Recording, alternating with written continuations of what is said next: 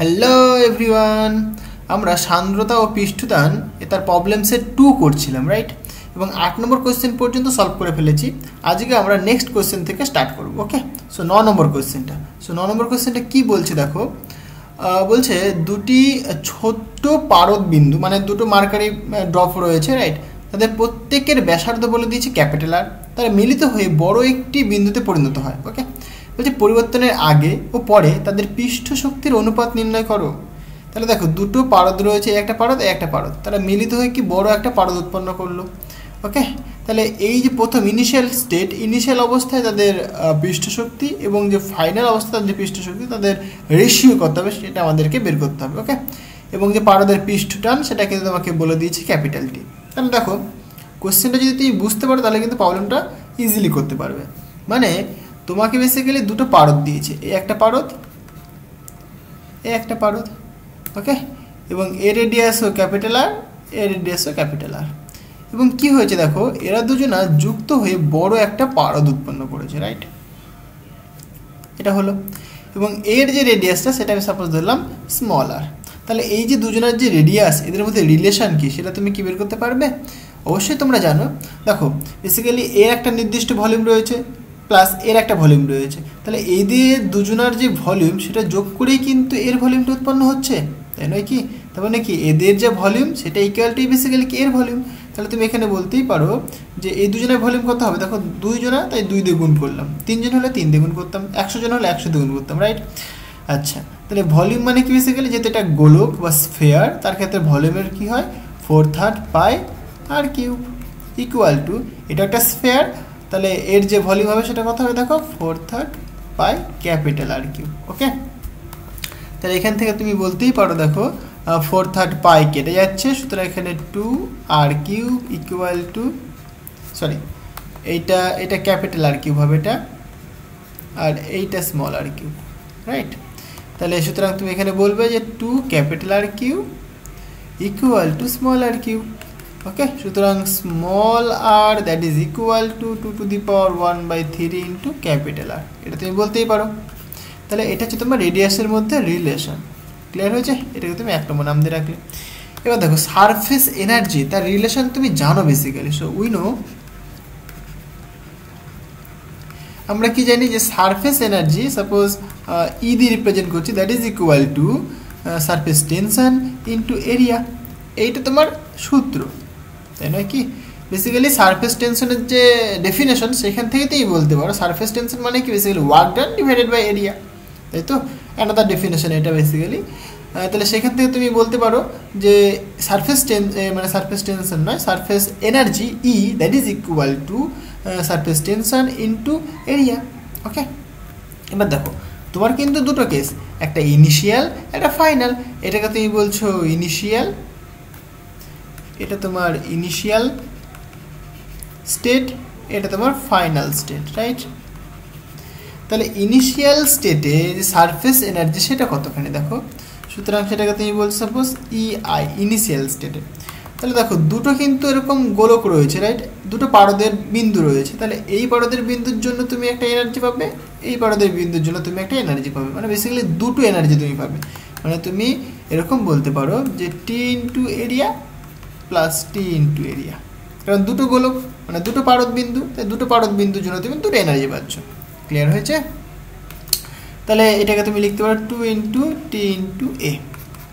Area, একটা গোলকের এরিয়ার সূত্র কী হয় বলো তো, 4 পাই আর স্কোয়ার। তাহলে 2 ইন্টু টি রাখলাম ইন্টু 4 পাই, রেডিয়াস কত দেখো এদের রেডিয়াস কিন্তু ক্যাপিটাল আর, সুতরাং ক্যাপিটাল আর স্কোয়ার।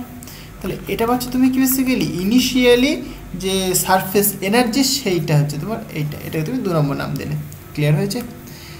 এবং এদিকে তুমি করো দেখো ফাইনাল স্টেটের ক্ষেত্রে যে এনার্জি পাবে তুমি, মানে final surface energy that is equal to surface tension কত টি, এরিয়া। তাহলে এরিয়া মানে এটাকে আমি এফ প্রাইম দিচ্ছি, মানে বেসিক্যালি এইটার এরিয়া, রাইট? এই যে গোলকটা মানে যে ফাইনাল যে পারদটা উৎপন্ন হয়েছে তার যে এরিয়া সেটা কতখানি বলো, সেটা দেখো E F that is equal to T into এটা কত 4 পাই ক্যাপিটাল আর স্কোয়ার, তাই নয় কি? তাহলে এখান থেকে তুমি বলতেই পারো দেখো, আচ্ছা আর কিছু করার দরকার নেই, এটাকে তুমি 3 নম্বর নাম দিয়ে রাখো। আচ্ছা একটুখানি করতে হয় কারণ এটা স্মল আর, ক্যাপিটাল আর নয়, এটা স্মল আর, বারবার মিস্টেক হয়ে যাচ্ছে, এটা স্মল আর, ঠিক আছে।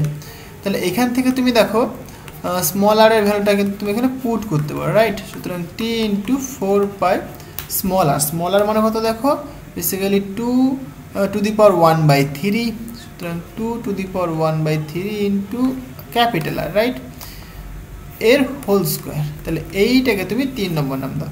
এবার তোমাকে রেশিও বের করতে বলেছে, দেখো কি বলেছে, বলছে মানে ইনিশিয়াল বাই ফাইনাল, রাইট। তাহলে ইনিশিয়াল বাই ফাইনাল করে দাও। সুতরাং তুমি বলবে যে EI divided by EF, right. সুতরাং EI কতখানি দেখো 2T 4πr², capital R square, divided by T into 4 দেখো 2^1/3 ইন্টু ক্যাপিটাল আর তার হোল স্কোয়ার। ওকে, তাহলে এখানে তুমি একটু কাটাকাটি করো, তাহলে এখানে টি ক্যান্সেল হচ্ছে, 4π ক্যান্সেল হচ্ছে, রাইট। তো r² কেটে যাবে, আলটিমেট কি থাকবে দেখো, সুতরাং initial surface energy divided by final surface energy that is equal to, তাহলে r² কাটছে, তাহলে এখানে 2 ডিভাইডেড বাই 2^, তাহলে 1/3, আর এখানে 2 রয়েছে, তাহলে গুণ হচ্ছে মানে 2/3 আসছে, রাইট। তাহলে এটাকে যদি আমরা করি, সুতরাং 2 ইন্টু 2^, -2/3 হচ্ছে, রাইট। এর উপরে আসলে পরে মাইনাস হচ্ছে, তাহলে এখানে তুমি বলবে দেখো 1 - 2/3, তাই তো। তাহলে এটা কত আসবে 3, মানে 3 - 2 মানে বেসিক্যালি 1/3। তাহলে এটা আসছে বেসিক্যালি 2^1/3। তাহলে সুতরাং তুমি বলতেই পারো যে EI divided by EF that is equal to কত, 2^1/3 ডিভাইডেড বাই 1। তাহলে রেশিও ফর্মে লিখলে তুমি কি লিখবে, রেশিও ফর্মে তুমি লিখবে EI is to EF that is equal two 2^1/3:1। এটাই তোমার কি আনসার। ওকে, জিনিসটা ক্লিয়ার হলো। দেখো খুবই কিন্তু ইম্পর্টেন্ট কোশ্চেনটা। ওকে, ভেরি ভেরি ইম্পর্টেন্ট, এটাকে খুবই ইম্পর্টেন্ট। আশা করি জিনিসটা বোঝাতে পারলাম। আচ্ছা, তো নেক্সট কোশ্চেন দেখো এবার, এটা তাহলে এই দেখো আনসার, ঠিক আছে।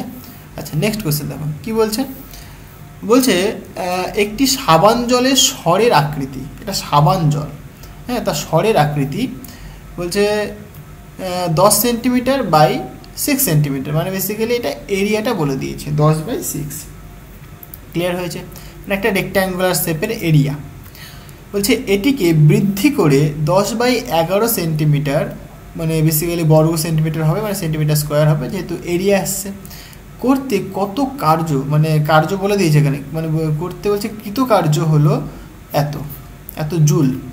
সাবান জলের পৃষ্ঠটান কত, তাহলে কোশ্চেনটা তোমাকে বুঝতে হবে, ঠিক আছে। তাহলে প্রথমে স্বরের আকৃতি বলে দিয়েছে, তারপরে স্বরের আকৃতিটাকে বলছে ইনক্রিজ করিয়েছে এত পরিমাণ, তার জন্য কার্য করতে হয়েছে এতখানি। তাহলে সাবান জলের সারফেস টেনশন কতখানি হবে, তাই তো। দেখো কোশ্চেনটাকে ভালো করে বোঝো, তাহলে তুমি প্রবলেমটা ইজিলি করতে পারবে।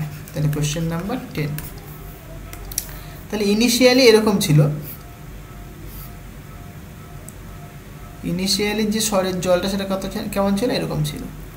ওকে, সাপোজ এইটা 10 সেন্টিমিটার, এইটা সাপোজ 6 সেন্টিমিটার। ওকে, তাহলে এর যে এরিয়া সেটা কতখানি, তুমি দেখো 10 × 6 সেন্টিমিটার স্কোয়ার, তার মানে 60 সেন্টিমিটার স্কোয়ার। তুমি এটাকে মিটার সেন্টিমিটার থেকে মিটারও নিয়ে আসতে পারো, কারণ আমরা জানি কি দেখো 1 metre is equal to 100 centimetre. সুতরাং 1 সেন্টিমিটার ইকুয়াল টু 1/100 মিটার বা 10⁻² মিটার, রাইট। বাট এখানে সেন্টিমিটার স্কোয়ার রয়েছে, তাহলে হোল স্কোয়ার করে দাও, তাহলে এখানে বেসিক্যালি আসবে, দেখো এগুলো তোমরা নিশ্চয়ই সবাই জানো, এটা ইকুয়াল টু তুমি বলবে, তাহলে 10⁻² তার হোল স্কোয়ার মিটার স্কোয়ার। ওকে, তার মানে কত 10⁻⁴ মিটার স্কোয়ার। তাহলে এটাও তুমি লিখতে পারো। সুতরাং area equal to 60 × 10⁻⁴ metre square, মানে আমি এসআই সিস্টেমে যদি করি তাহলে এটা আসবে, রাইট। আচ্ছা, এবার কি বলেছে কোয়েশ্চেনটাকে বলেছে এইটাকে নাকি এবার ইনক্রিজ করানো হচ্ছে, এটাকে ইনক্রিজ করানো হচ্ছে। ইনক্রিজ করিয়ে কত হয়েছে, ইনক্রিজ করিয়ে হয়েছে এইটা 10 এবং এইটাকে কত করেছে দেখি 10 বা 11, মানে এটাকে বাড়িয়ে দিয়েছে, এটাকে আরও বড় করে দিয়েছে, এত বড়। ওকে, তাহলে এইখান থেকে এইটুকুনি তোমার 10 সেন্টিমিটার, বাট এইখান থেকে এইটুকুনি তোমার 11 সেন্টিমিটার। তাহলে এর যে এরিয়াটা হবে এ প্রাইম দাও তুমি, তাহলে 10 ইন্টু 11 সেন্টিমিটার স্কোয়ার, তাহলে 11 শূন্য, রাইট, সেন্টিমিটার স্কোয়ার। তাহলে সেন্টিমিটারকে যদি আমরা মিটারে নিয়ে আসি তাহলে এত ইন্টু 10⁻⁻4 মিটার স্কোয়ার। আশা করি জিনিসটা ক্লিয়ার হয়েছে। আচ্ছা, এবার কি বলেছে দেখো কোশ্চেনটা, আসো বলছে এই যে বৃদ্ধি করালাম, বৃদ্ধি করতে যে কৃতকার্য সেটা বলে দিয়েছে 3 × 10⁻⁴ জুল। ওকে, তাহলে কৃতকার্য তোমাকে বলে দিয়েছে, মানে এইখান থেকে এই যে সারফেস টেনশন ছিল, মানে এই যে এরিয়া ছিল বেসিক্যালি, এই এরিয়াটা থেকে ইনক্রিজ করে এই এরিয়া আসতে কতখানি কার্য করতে হয়েছে সেটা তোমাকে বলে দিয়েছে। তাহলে দেখো তুমি এইভাবে বের করতে পারো। তাহলে এইটা হচ্ছে তোমার ফাইনাল ওয়ার্ক, এটা তোমার ইনিশিয়াল ওয়ার্ক, মানে এর যে সারফেস টেনশন রয়েছে, মানে এই যে এরিয়াটা রয়েছে তার জন্য একটা সারফেস টেনশন রয়েছে নিশ্চয়ই। তাহলে তার জন্য কতখানি কার্য তার মধ্যে স্টোর হচ্ছে, বা পোটেনশিয়াল এনার্জি স্টোর হচ্ছে, বা তার স্থিতিশক্তি কতখানি হচ্ছে, সেটা আমি বলছি WI। আর এই যে স্টেটটা, মানে এই যে এরিয়াটা, এই এরিয়াতে তার যে সারফেস টেনশন রয়েছে একটা, তার জন্য তার একটা এরিয়া রয়েছে, দেখো এই যে এরিয়াটা, তাহলে এর জন্য তার মধ্যে কী পরিমাণ এনার্জি স্টোর হচ্ছে, এটা হচ্ছে WF। তাহলে তুমি বলতে পারো যে মানে এনার্জির যে চেঞ্জ সেটা কি W ইকুয়াল টু তুমি বলবে WF - WI, তাই নয় কি? তাহলে এর যে কার্য মাইনাস এর কার্য করলেই তো তুমি পেয়ে যাবে যে কতখানি কার্য করতে হয়েছে, মানে এইখান থেকে ইনক্রিজ করে এইখানে আসতে কতখানি কার্য করতে হয়েছে, সেটা কতখানি তুমি ফাইনাল মাইনাস ইনিশিয়াল করে দাও, তাহলে তুমি কিন্তু কার্য পেয়ে যাবে। ওকে, তাহলে দেখো এবার সূত্র কি জানো তুমি, দেখো তাহলে কার্য মানে বেসিক্যালি আমরা জানি, মানে সূত্র বলে যদি, তাহলে T ইন্টু এরিয়া, এইটা, তাই তো, এটা হচ্ছে তোমার সূত্র। তাহলে এর ক্ষেত্রে দেখো, তাহলে এটা লিখবে তুমি T surface tension T, okay, into এর এরিয়া, এরিয়াটাকে তুমি এ প্রাইম দিয়েছো, মাইনাস এর surface tension T into area A দিয়েছো তুমি, রাইট। দেখো এর সারফেস টেনশনও T, এর সারফেস টেনশনও T, কোনো অসুবিধা নেই, যেহেতু সাবান বুদবুদ। এইবার একটা ইন্টারেস্টিং পয়েন্ট হচ্ছে, দেখো যেহেতু সাবানের যেহেতু একটা স্বর রয়েছে, মানে তার মানে কি, তার দুটো লেয়ার রয়েছে না, দুটো পৃষ্ঠ রয়েছে। দেখো এই যদি আমি একটা সাবানের যদি স্বর বলি এটাকে, দেখো এই দিকটা একটা পৃষ্ঠ, মানে এই সাইড থেকে যদি তুমি দেখো তাহলে এটা একটা পৃষ্ঠ, আবার যদি তুমি এই সাইড থেকে দেখো তাহলে এটা একটা পৃষ্ঠ। তবে দুটো পৃষ্ঠ রয়েছে, এই দুটো পৃষ্ঠ হওয়ার জন্য কিন্তু এর যে সারফেস টেনশন হবে সেটা কতখানি হবে, 2T হবে, রাইট। তাহলে এইখানে তুমি এই সারফেস টেনশনটাকে কিন্তু T না করে তুমি কি করবে, তুমি 2T করে দেবে। তাহলে তুমি এখানে 2T ইউজ করবে, তুমি ক্লিয়ার হয়েছে। তাহলে এখানে তুমি 2T লেখো, এইখানেও তুমি 2T লেখো, তাহলে 2T ইন্টু এ প্রাইম মাইনাস এ, রাইট। অনেকে এইভাবে পড়ায় যে এটা ইন্টু ডেল্টা এ, মানে একদম সূত্রটাকে এইভাবে লিখে দেয় অনেকে, হ্যাঁ, যে W ইজিক্যাল টু যে কার্যটা, হ্যাঁ, যে কার্যটা করতে হয়েছে, মানে ওই স্মল যে সারফেস থেকে বিগ সারফেসে আসতে যে পরিমাণ কার্য করতে হয়েছে সেটা basically surface tension into area change. এটা বেসিক্যালি এইখান থেকে আসে, এটা তোমাকে বুঝতে হবে। তোমরা যদি ডেফিনেশন দেখতে তখন দেখবে ভাই এরকম তোমরা দেখিনি এরিয়া চেঞ্জ, তাই না কি? ডেফিনেশনে কিন্তু এই যে ওয়ার্ক ডান, সারফেস টেনশন আর যে এরিয়া তার মধ্যে রিলেশন রয়েছে, বাট এরিয়া চেঞ্জের সাথে কিন্তু রিলেশন নেই, ঠিক আছে? তুমি সারা বই খুঁজলেও কিন্তু পাবে না। তাহলে জিনিসটা কোথা থেকে আসলো, বেসিক্যালি এই যে কনসেপ্টটা থেকে আসলো। ওকে, মানে এই অবস্থায় তার যে পোটেনশিয়াল এনার্জি বা সারফেস এনার্জি বলো, একই ব্যাপার, যে এনার্জি আর এই অবস্থায় তার যে এনার্জি, এদের মধ্যে যে ডিফারেন্স সেটাই কি, মানে এক্সেস পরিমাণ এনার্জি যেটা কাজে লেগেছে বেসিক্যালি। ক্লিয়ার হয়েছে ব্যাপারটা? মানে এখান থেকে এখানে আসতে যে পরিমাণ কার্য করতে হয়েছে সেটা তোমার এটা মাইনাস এটা, এই কার্য মাইনাস এই কার্য, সিম্পল জিনিস ভাই। ওকে, তাহলে তুমি এখানে বলতে পারো সুতরাং 2 ইন্টু টি ইন্টু, দেখো এরিয়া লিখবে তুমি, তাই তো? তাহলে এই এরিয়াটা এ প্রাইম মানে 110, এখানে লেখো তুমি 110 ইন্টু 10⁻⁻4 মাইনাস এটা কত ছিল বলো 60 ইন্টু 10⁻⁻4 এইটা। এবার গিভেন কোয়েশ্চেনটাই বলে দিয়েছি তোমার, এই যে কার্যটা করতে হবে, এই যে ডাব্লুটা মানে এখানে যে ডাব্লুটা তুমি পাবে সেটা কত WF মাইনাস WI, তো এই ডাব্লুটা তোমাকে প্রোভাইডেড মানে বলে দিয়েছে বেসিক্যালি। এই ডাব্লুটা কত বলে দিয়েছে দেখে নিই, কত বলে দিয়েছে 3 ইন্টু 10⁻⁻4 রাইট, 3 ইন্টু 10⁻⁻4 জুল, তাহলে 3 ইন্টু 10⁻⁻4 জুল এটা তোমাকে বলে দিয়েছে, তাহলে তুমি এখানে পুট করবে। তাহলে সুতরাং তুমি বলবে যে ভাই 3 ইন্টু 10⁻⁻4 জুল ইকুয়াল টু, তার জন্য এগুলোকে আমি কি এসআই সিস্টেমে নিয়ে নিয়েছি রাইট, ইন্টু 2 ইন্টু টি, আর এখানটায় দেখো 110 মাইনাস 60 করে দাও, আর ইন্টু 10⁻⁻4 করে দাও। তাহলে এখান থেকে কাটাকাটি যাবে, দেখো 10⁻⁻4 10⁻⁻4 কেটে গেল, তাহলে 110 মাইনাস 60 তাই তো, তাহলে এখানে 50 তাই না, 50 মানে 6 7 8 9 10 11 50, তাহলে এখানে 2t into 50 divide equal to 3, তাহলে এখানে t ইকুয়াল টু দেখো 3 বাই এখানে কত আছে 5 দুগুণে 10 মানে 100 রাইট, নিচে নিয়ে চলে আসলাম। সুতরাং surface tension equal to 3 into 10⁻⁻2, ওকে, এত কি নিউটন পার মিটার, এটাই তোমার সারফেস টেনশন। ইংলিশটা কি ক্লিয়ার হয়েছে দেখো, হ্যাঁ আনসারটা মিলে গেছে। ওকে, এখানে নিউটন পার মিটার কেন লিখলাম বলো তো, জানো তো বেসিক্যালি সারফেস টেনশনের যে মেন যে ডেফিনেশন সেটা কি পড়ো তোমরা, surface tension basically force per unit length, এইটা তোমার সারফেস টেনশনের ডেফিনেশন। দেখো তাহলে এখান থেকে তুমি কি বলবে, ফোর্সের unit newton in SI system divided by লেন্থের ইউনিট মিটার, তাই কিন্তু আমরা নিউটন পার মিটার লিখেছি। ক্লিয়ার হয়েছে? যদি সিজিএস সিস্টেমে বলতাম তাহলে বলতাম ডাইন পার সেন্টিমিটার। আশা করি জিনিসটা ক্লিয়ার হয়েছে। ওকে, তো নেক্সট কোয়েশ্চেন দেখো, 11 নম্বর কোয়েশ্চেনটা মারাত্মক ইম্পর্টেন্ট, ভেরি ভেরি ইম্পর্টেন্ট, মানে ভেরি ভেরি ইম্পর্টেন্ট, ভালো করে কোয়েশ্চেনটা বোঝো, ঠিক আছে? কি বলছে দেখো, 216টি জলবিন্দু প্রত্যেকের ব্যাসার্ধ স্মল আর, বলছে একত্রিত হয়ে একটি বড় জলবিন্দু গঠন করলো। ক্লিয়ার হয়েছে? মানে 216খানা জলবিন্দু একত্রে মিলিত হয়ে একটা বড় জলবিন্দু গঠন করলো। বলছে এই প্রক্রিয়ায় মুক্ত শক্তির দরুন জলবিন্দুটির উষ্ণতা বৃদ্ধি কত হবে। তাহলে উষ্ণতা বৃদ্ধি কত হবে সেটা আমাকে বের করতে বলেছে, মানে মুক্ত শক্তির দরুন, মানে দেখো বেসিক্যালি 216টা জলবিন্দু পরস্পর যুক্ত হলো, যুক্ত হয়ে বড় একটা জলবিন্দু গঠন করলো। তার ফলে কি যে টেম্পারেচারের চেঞ্জ হলো, সেই টেম্পারেচারের চেঞ্জটা আমাদেরকে বের করতে হবে। ক্লিয়ার?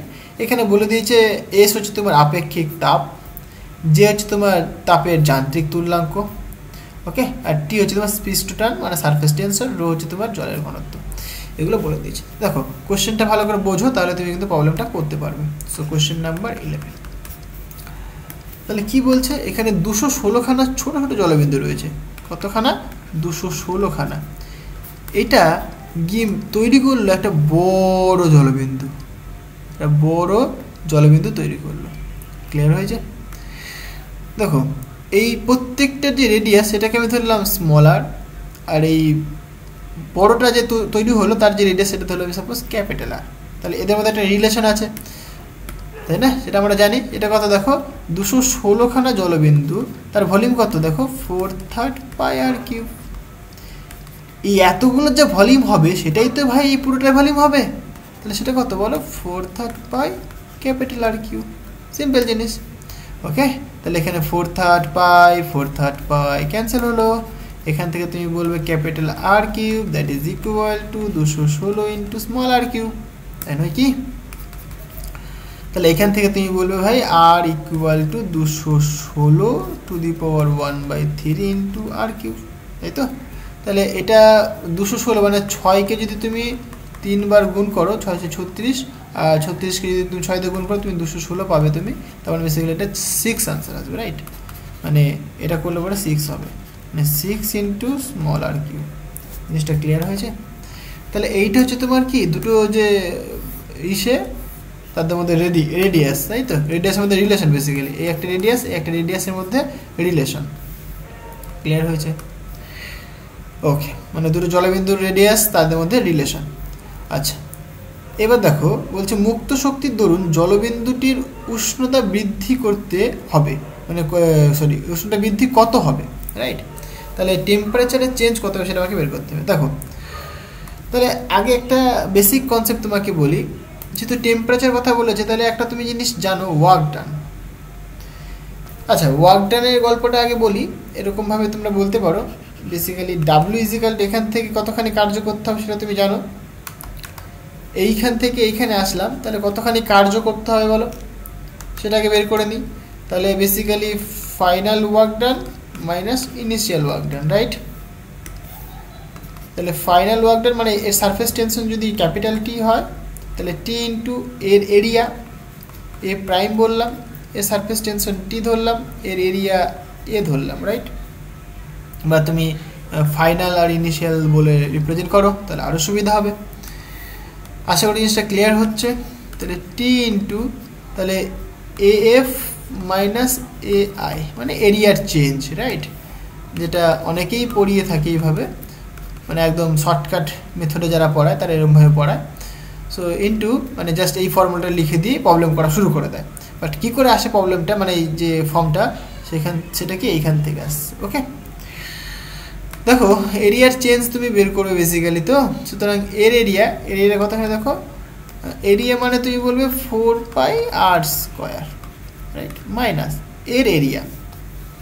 এইখানে দেখো একটা কিন্তু বাবেল নেই, মানে একটা কিন্তু জলবিন্দু নয়, 216খানা জলবিন্দু। তাহলে 216 ইন্টু কী বলো এর এরিয়া মানে 4πr²। ক্লিয়ার হয়েছে? তাহলে এখান থেকে তুমি বলতে পারো যে W equal to T into capital আর স্মল আর এর মধ্যে রিলেশন আছে, এটা হয় তোমার, তাহলে এরকম লিখবো তুমি 4π ক্যাপিটাল আর মানে বেসিক্যালি 6 ইন্টু আর কিউব তার হোল স্কোয়ার। সরি আর কিউব হবে না, এটা কিন্তু মানে আমি তো ইয়ে করে দিয়েছি, এটা 1/3 করে দিয়েছি, সুতরাং এখানে আর থাকবে শুধুমাত্র, এখানে আর কিউব হবে না। ওকে, সো মাইনাস এইখানে থাকবে 216 ইন্টু 4π ইন্টু r², রাইট? এখানে একটা নেগেটিভ সাইন আসবে, মানে বেসিক্যালি এনার্জি মানে ইয়ে হবে আর কি, দিতে হবে আর কি একে, ঠিক আছে? সো তাতে কোনো অসুবিধা কিছু নেই, মানে নেগেটিভ সাইন আসলে তাতে কোনো অসুবিধা নেই, তুমি ম্যাগনিটিউড নিয়ে কাজ করতে পারো। ওকে, সুতরাং ডাব্লিউ ইজিক্যাল টু তুমি এখান থেকে ক্যালকুলেশন করলে তুমি পাবে যেটা, দেখো সবই কমন নিতে পারো তুমি, এখানে এরকম বলতে পারো। সুতরাং 4πr² ইন্টু টি কমন নিলাম, এখানে 6 6 36 মাইনাস এখানে 216। ওকে,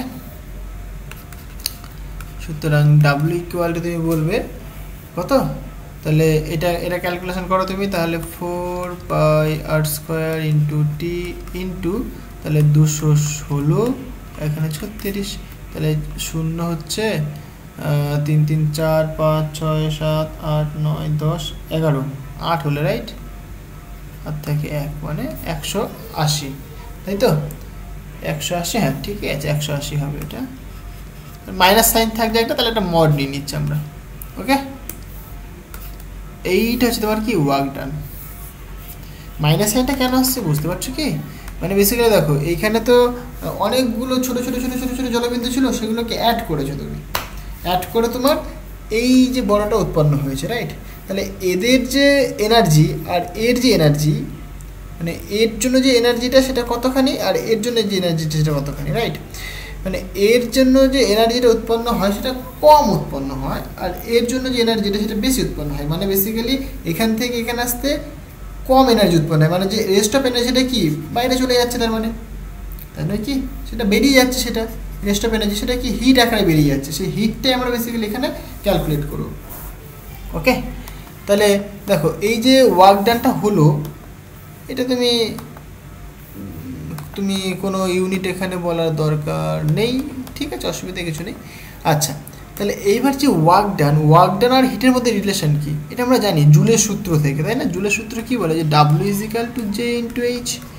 এইচ তোমার হিট এনার্জি, তাহলে তুমি এখান থেকে বলতে পারো সুতরাং W equal to J heat energy. Heat energy মানে কি, H equal to basically M into M mass S into T, মানে বেসিক্যালি টেম্পারেচারে চেঞ্জ হয়, ঠিক আছে? এখানে যে ডেল্টা টি লিখলাম এটা কি টেম্পারেচারে চেঞ্জ হয়, তাহলে এখানে এম এস ডেল্টা টি। আমাদের বেসিক্যালি টেম্পারেচারে চেঞ্জ বের করতে বলেছে, যে ওয়ার্ক ডানটা লাগছে বেসিক্যালি বা বেরিয়ে যাচ্ছে ওয়ার্ক ডানটা মানে কার্যটা, সেই কার্যটা জন্য কি পরিমাণ হিটের চেঞ্জ হচ্ছে বা টেম্পারেচার চেঞ্জ হচ্ছে, সেটা কত delta T, that is equal to দেখো W divided by J into M into S, তাই নাকি? তাহলে এখান থেকে তুমি ডাব্লু মান তুমি পুট করে দাও, সুতরাং 4 pi R square into T into 180 divided by যে থাকলো এম। দেখো এম হচ্ছে তোমার মাস, এম হচ্ছে তোমার কি, এই যে বাবেলগুলো রয়েছে মানে বাবেল নয় ঠিক জলবিন্দু, প্রত্যেকটা জলবিন্দুর মানে যে মাস মানে এতখানি জলবিন্দু, মানে পুরো জলবিন্দুটা 216খানা জলবিন্দুর যে মাস সেটা তোমার এই যে স্মল এমটা। ক্লিয়ার হয়েছে? তার কারণ ওইটা থেকেই তো তোমার বড় জলবিন্দু উৎপন্ন হচ্ছে, 216খানা জলবিন্দু সেটা তো মিলিত হয়ে বড় জলবিন্দু উৎপন্ন হচ্ছে। তাহলে 216খানা জলবিন্দুর যে মাস সেখান থেকে তুমি হিটটা পাচ্ছ বেসিক্যালি, মানে ওইখান থেকেই দেখো এনার্জিটা কিন্তু রিলিজ হচ্ছে এইদিকে, মানে এইখানে ডাব্লু মানে এর যে পরিমাণ এনার্জি এদিকে চলে আসলো কিছু পরিমাণ নিয়ে নিল, বাট রেস্ট অফ এনার্জি কি রিলিজ হয়ে গেল, তাহলে এইখান থেকে কিন্তু এনার্জি চলে যাচ্ছে। ক্লিয়ার হয়েছে? তাহলে 216খানার যে জলবিন্দু তার যে মাস সেটাই তোমার কিন্তু স্মল এম। তাহলে স্মল এমটা কতখানি হবে বলো? স্মল এম বেসিক্যালি মাস কী করে ক্যালকুলেট করে, বেসিক্যালি রো ইকুয়াল টু আমরা জানি কি মাস পার ইউনিট ভলিউম, তাহলে মাস ইকুয়াল টু তুমি বলবে rho into volume, so rho into volume, volume মানে কত দেখো 4/3, অ্যাকচুয়ালি 216খানার ভলিউম হবে into 4/3 pi I think small R cube, right, small R. Okay, তাহলে এটা তোমার মাস আসছে, তাহলে rho into 216 into 4/3 pi R cube, okay, into এখানে এস স্পেসিফিক হিট, ওকে, সেটা কত এস জলের ক্ষেত্রে।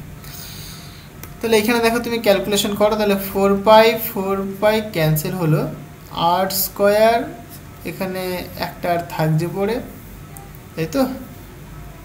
আচ্ছা, এখানে কি বলেছে দেখো, এখানে তাহলে এইভাবে আনসারটা রাখতে বলেছে, কোনো অসুবিধা নেই, যেহেতু কোনো ভ্যালু বলেনি। তাহলে এই 180 আর 216 এইটা কাটাকাটি করতে পারি আমরা, 6 দিয়ে যদি কাটি 36 হবে, এটা 6 দিয়ে কাটলে 3, 3 6 18, শূন্য থাকছে একটা, 5 6 30, 6 6 36, রাইট? আবার এই 3 আর 6 কাটবে মানে এটা এরকম হবে আলটিমেট, উপরে থাকছে 5 ইন্টু ক্যাপিটাল টি, নিচে থাকছে যে রো আর এস, এখানে 6 আর এখানে 1/3, তাহলে এটা কাটলে নিচে 2 থাকবে, রাইট? তাহলে তুমি এখানে বলবে basically 5t divided by 2 times জে রো আর এস।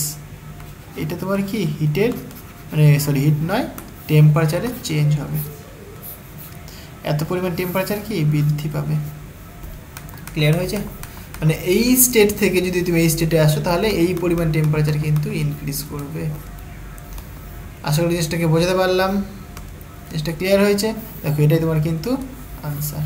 ওকে, আচ্ছা, খুব ইম্পর্টেন্ট কোয়েশ্চেনটা, ভালো করে তোমাকে বুঝে বুঝে করতে হবে। হ্যাঁ, আচ্ছা, নেক্সট কোয়েশ্চেনটা দেখো কি বলছে, একটি কৌশিক নলে জল একটি নির্দিষ্ট উচ্চতায় ওঠে এবং পৃষ্ঠটানের জন্য ঊর্ধ্বমুখী বল জলের ওজনজনিত বল এত দ্বারা প্রতিমিত হয়।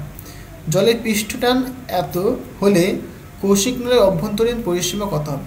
দেখো কোশ্চেনটাকে ভালো করে বোঝো, কি একটা কৌশিক নল দিয়ে দিয়েছে তোমাকে, কোশ্চেন নাম্বার 12, রাইট? একটা ক্যাপিলারি টিউব বলে দিয়েছে তোমাকে,